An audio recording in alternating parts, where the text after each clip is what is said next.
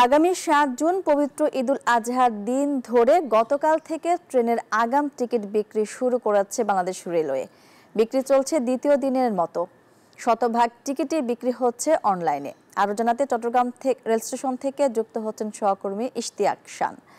Ishtiaq, বন্দরনগরীতে ticket পাওয়া নিয়ে কেউ কোনো অভিযোগ বা হয়রানি হয়েছে কিনা আমাদেরকে বিস্তারিত জানাবেন।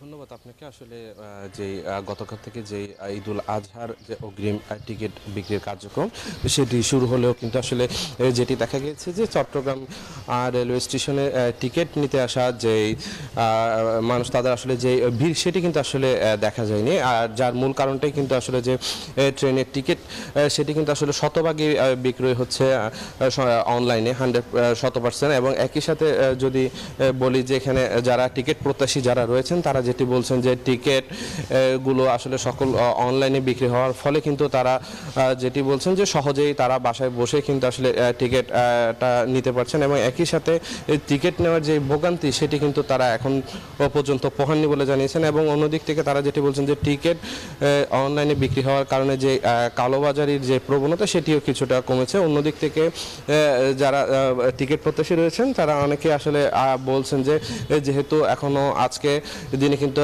1 জুনের টিকিট বিক্রয় করা হচ্ছে, সেই ক্ষেত্রে কিছু টিকিট এখন পর্যন্ত আসলে অনলাইনে পাওয়া যাচ্ছে। যে যত দিন ঘনিয়ে আসবে টিকিটের যে চাপ সেটি কিন্তু আসলে বৃদ্ধি পাবে। পরবর্তীতে যে টিকিট সেটি চাপ কিন্তু বৃদ্ধি পেলে কিন্তু আসলে যে টিকিটের সংকট সেটি সৃষ্টি হওয়ার একটি সম্ভাবনা থাকতে পারে বলে আসলে তারা আমাদেরকে জানাচ্ছেন। তো সব মিলিয়ে যে টিকিট বিক্রির কার্যক্রম দ্বিতীয় দিনের মতো আজকে চলমান রয়েছে।